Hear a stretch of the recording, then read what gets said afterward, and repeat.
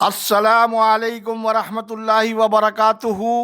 میں ہوں سراج الدین امجدی۔ آج کی خصوصی رپورٹ: محکمہ صحت سندھ میں زرداری بھی انصاف سے محروم، بلاول کے پاس وقت کم، سولر انرجی پروجیکٹ گلے کی ہڈی بن گیا۔ جناح اسپتال کراچی میں وزارت صحت سندھ نے گھٹنے ٹیک دیے۔ D G health office Hyderabad لاقانونیت اور بد انتظامی کی آماج گاہ بن گیا۔ دوا ساز کمپنی کے خرچے پر سول اسپتال کراچی کے خلاف قانون، انتظامی سربراہ کے کولمبو میں گل چھرے۔ جن ناظرین نے اب تک چینل کو سبسکرائب نہیں کیا، وہ صحت کی سرکاری، نجی اور عالمی خبروں سے باخبر رہنے کے لیے پہلے چینل کو سبسکرائب ضرور فرما لیں۔ جن دوستوں نے سبسکرائب کر لیا ان کا تہ دل سے شکریہ۔ ویڈیو اچھی لگے تو صحت کے شعبے سے کرپشن کو کمزور اور ختم کرنے کے لیے لائک اور کمنٹ سیکشن میں اپنی قیمتی رائے سے ہماری رہنمائی ضرور فرمائیں۔ ناظرین کرام، محکمہ صحت سندھ میں طاقتور وزیر صحت ڈاکٹر عذرا فضل پیجوہو نے جن پتوں پر تکیہ کیا تھا وہ پتے ہوا دینے لگے۔ بالآخر وزیر صحت اپنی ناکامی کو کامیابی سے بدلنے کے لیے بھائی زرداری کی حکومت میں انہوں نے پاکستان پیپلز پارٹی کے بانی چیئرمین ذوالفقار علی بھٹو کی تاریخ کو دہرا کر کیا۔ یہ اور بات ہے کہ مادہ انڈے میں سے نر کیسے پیدا ہوگا؟ جی ہاں، موجودہ ڈی جی ہیلتھ سندھ اسی ہیلتھ مینجمنٹ کیڈر کے غیر قانونی عمل کی پیداوار ہیں جنہوں نے آج محکمہ صحت سندھ کو انتظامی اور مالی طور پر میڈم ڈاکٹر عذرا پیجوہو کو بیک فٹ پر لا کھڑا کیا ہے۔ یہ تو اچھا ہوا کہ کھلی کچہری کی تاریخ دہرانے کا آغاز وزیر صحت نے کراچی کے بجائے حیدرآباد سے کیا۔ اس کھلی کچہری میں اور جو بہت کچھ ہوا اس کی ایک جھلک براہ راست اس ویڈیو میں آپ بھی ملاحظہ فرما لیں۔ مجھے انصاف چاہیے، مجھے انصاف نہیں مل رہا ہے۔ نہ مجھے ڈی جی صاحب نے جو میٹنگ کی تھی، ڈی جی صاحب نے جو کمیٹی مقرر کی تھی، اسی کمیٹی میں اس بندے کو لایا گیا جو بندہ وارڈ 3 کا جب فرسٹ ٹائم پہ میرا بچہ گیا تھا، وارڈ 3 کا وہ انچارج ہے، اس کو جو لایا گیا۔ میڈم اسی ٹائم پہ میرے بچے کی جو ہے ڈینگی نہیں تھا، انفیکشن تھا، لیکن انفیکشن میں ریٹرن کیا گیا میرے بچے کو۔ پھر میں 19 تاریخ کو آیا ہوں، 19 تاریخ سے لے کر میں 20 تاریخ تک میرا بچہ تڑپتا رہا، کسی نے بھی ہاتھ نہیں لگایا اس کو، کسی نے بھی اس کو ہاتھ نہیں لگایا۔ اور اس کے باوجود ڈی جی صاحب نے بڑا اچھا ہمیں موبلائز کیا، لیکن آج تک اس کمیٹی کی کوئی رپورٹ نہیں آئی۔ ابھی ڈی جی صاحب بھی بیٹھے ہوئے، کدھر گئے D G?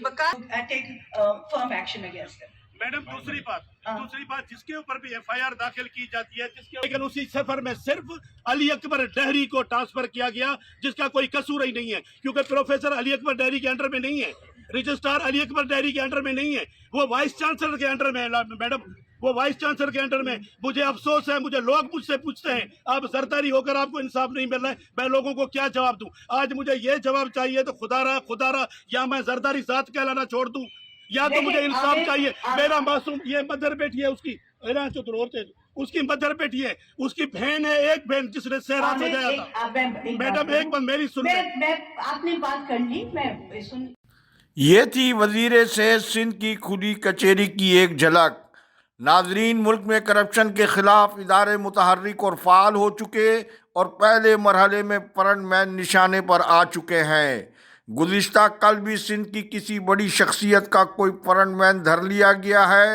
Sindh solar energy project کے حوالے سے وزیر اعلیٰ سندھ سید مراد علی شاہ کو ٹرانسپیرنسی انٹرنیشنل کی جانب سے لکھے گئے خط کی مزید تفصیل کے مطابق یہ بھی انکشاف ہوا ہے کہ خریدے گئے 1 یونٹ کی قیمت $135 تک بڑھا دی گئی، جبکہ اس کی مارکیٹ قیمت صرف $84 فی یونٹ ہے۔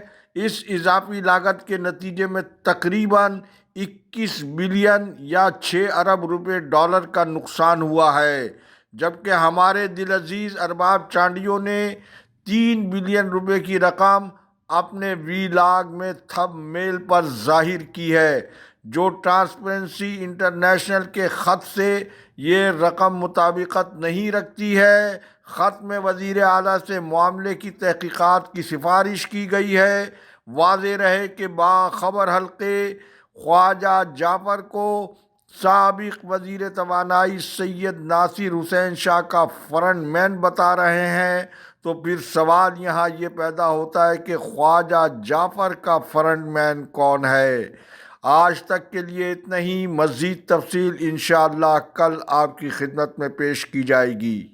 ناظرین کرام، دوا ساز اداروں کی جانب سے ڈاکٹروں کو بیرون ممالک کے دورے کرانے، کانفرنسز و دیگر حوالوں سے بالفاظ دیگر سیر سپاٹے ہمارے طبی نظام میں کوئی نئی بات نہیں ہے، جس پر گزشتہ روز معروف طبی صحافی اختر شاہین رند نے پاکستان سے 100 سے زائد گائنیکولوجسٹ ڈاکٹروں کو لندن لے جانے کے معاملے کو ڈریب اور وفاقی وزارت صحت کی جانب توجہ مبذول کرانے کی کوشش کی ہے۔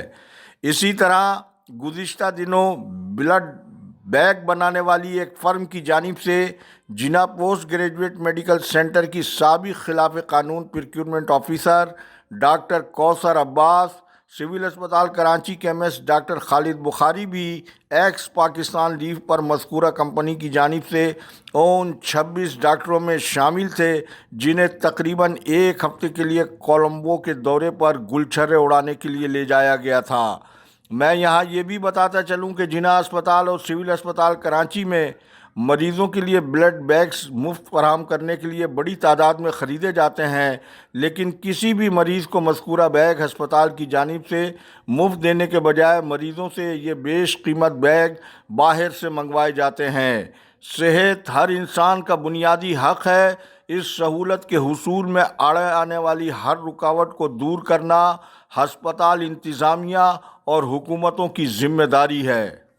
الحمدللہ جناح اسپتال کراچی کئی سالوں کے بعد اپنی دیرینہ مثالی مفت طبی سہولیات کی فراہمی میں نئی انتظامیہ کی تقرری کے بعد داخل ہوتا نظر آ رہا ہے، جس کی ناقابل تردید حقیقت یومیہ بنیاد پر بیرونی مریضوں کی تعداد میں بتدریج اضافہ اور اسی طرح سے داخل مریضوں کی تعداد میں اضافے کے علاوہ مختلف سرجریز کی شرح میں اضافہ یقیناً غریب لاچار مریضوں کے لیے نیک شگون ہی نہیں بلکہ پیچیدہ امراض کے حامل مریضوں کے لیے بلا امتیاز و تفریق، بغیر سفارش اور رشوت کے تمام طبی سہولیات کی مفت فراہمی نئی انتظامیہ کی چند دنوں میں وہ کارکردگی ہے جسے طبی حلقوں میں بھی کافی سراہا جا رہا ہے، ورنہ تو چند ہفتے قبل تک مریض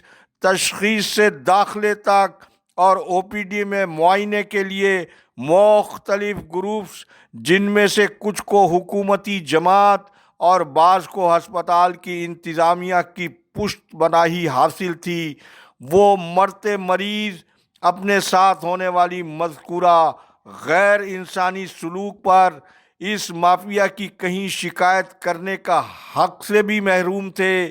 اور یہ کوئی الزام نہیں کہ حکومتی جماعت پاکستان پیپلز پارٹی نے محکمہ صحت سندھ میں کرپشن اور کمیشن کے کلچر کو فروغ دینے اور کرپٹ عناصر کے پکڑے جانے پر قانون کے مطابق کارروائی کرنے کے بجائے لوٹ کی واردات میں سے اپنا حصہ وصول کر کے قومی ملزم کو ادھر ادھر کر کے معاملے پر مٹی پانے، اینٹی کرپشن کو آنٹی کرپشن بنانے کے سوا کچھ نہیں کیا۔